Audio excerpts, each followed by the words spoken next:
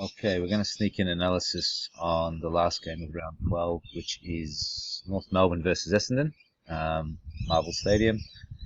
Probably a pretty shit game, but that's okay. Nominated a number of players here based on the odds to have a look at, so let's quickly run through them. I've made some changes, so if there's some bugs, but I had a bit of a custom thing here and changed this around. I'm not sure if I made any big problems, but we'll work through that. So what do we know? We know that Davis, Uniacke and Cunnington are out. Aaron Hall is actually back in, which I didn't realise when I was making Draft Stars teams, but he's on the list here to have a look at. So game at Marvel. What do we know about Marvel? Defenders get a lot of ball at Marvel. All players get more ball at Marvel compared with the league averages. We know the Kangaroos give up more ball to everybody. But we also know that at Marvel, Kangaroos give up less disposals. So that's a bit of an odd one. Basically, anytime Kangaroos don't play at home, they're ridiculously bad. And then when they actually play at Marvel, they're not too bad. They're actually quite miserly. So something to consider here. Alright, so let's look at Dyson Heppell. First of all, he's all over the fucking place. Like, his last month is much better than the start of the year.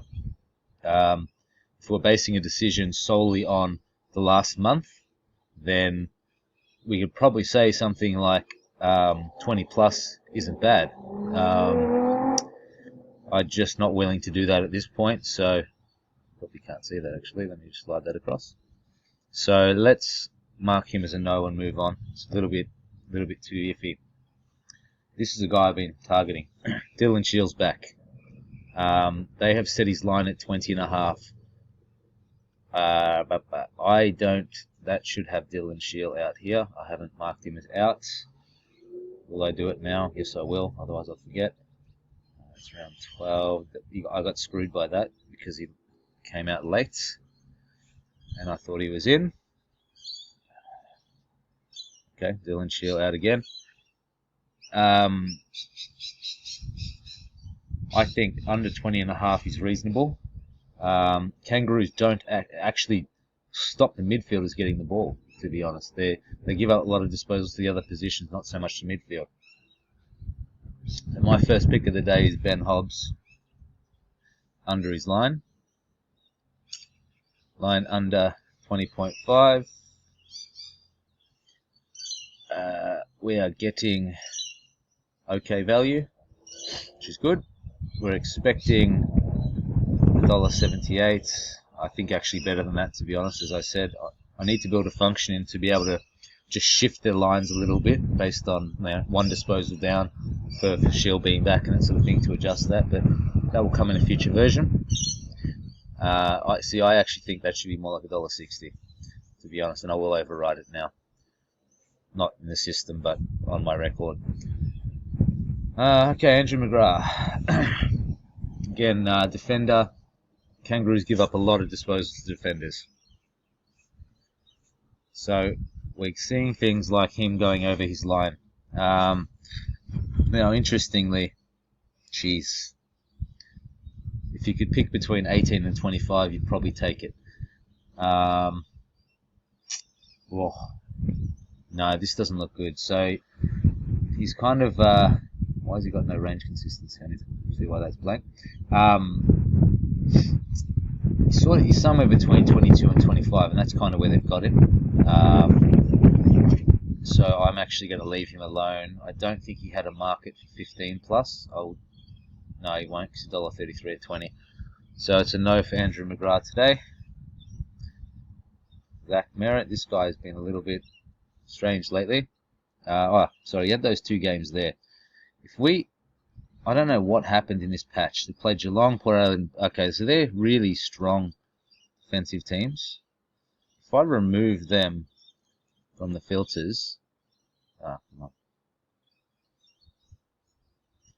and we ignore them, they would have been cancelled out anyway. But what are we getting?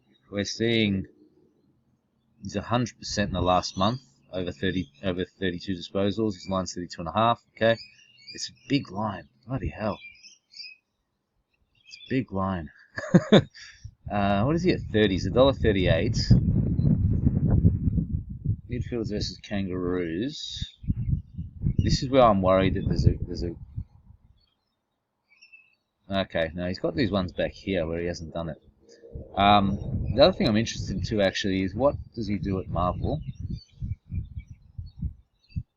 28 and 31. Essendon haven't played at Marvel much this year. And that was against GWS and Gold Coast. I'm going to take him at 30 plus. Because I don't think they're going to stop him. But this is not with high confidence.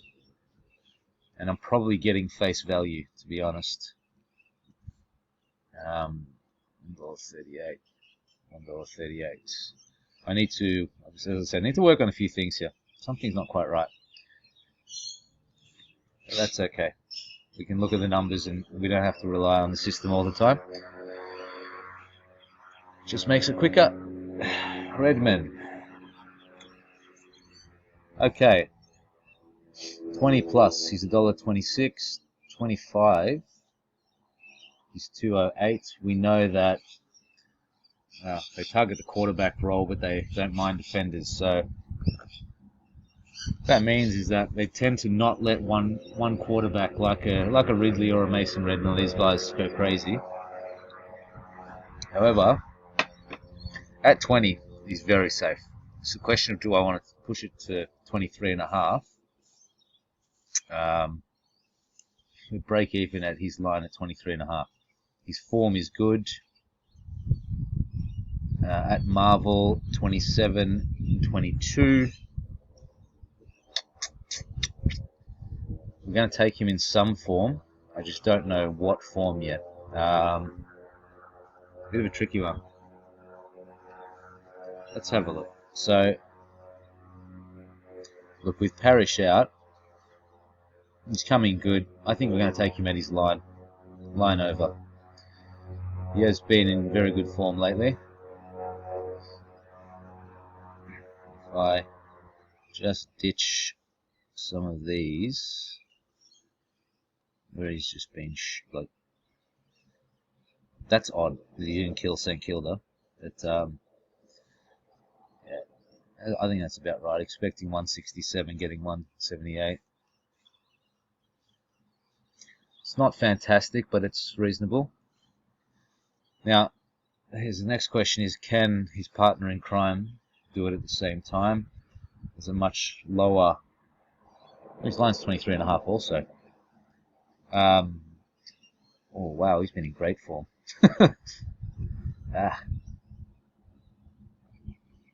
What do you do here? 20 plus is $1.30. I reckon he's okay for that. Whereas Redman was what, $1.26. I actually tempted to take them both at 20 plus, rather than at the lines. We took two guys, 126 and 130 together. More aero sports for some reason. I feel more comfortable taking him at 20. I don't think he tries to get as much ball as Redman does.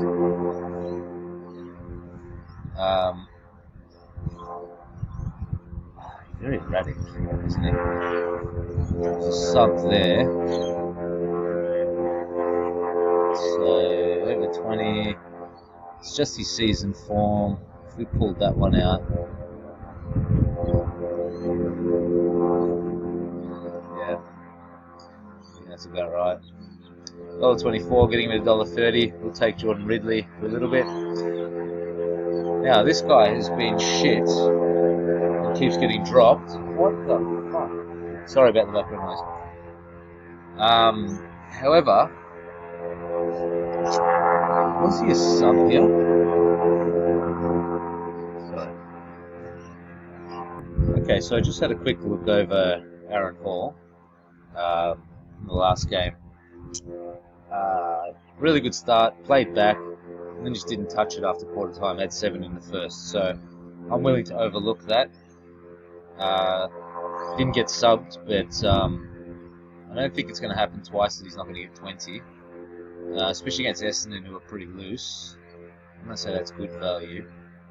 So we're expecting basically 101. We're getting basically, we're talking free hit there. That's never quite true, but famous last words. Sorry about the background noise. I don't know what the fuck is going on there. Shizel, this guy is out of form, but Jesus, $1.22 for 20 doesn't really get below 20. Essendon are going to pump up his numbers. Jeez, I'm tempted to go at 20 here. Sheet says do it, so we'll do it. He's an accumulator. To get 20 isn't particularly difficult for him. Why am I getting NA on value? Why? Why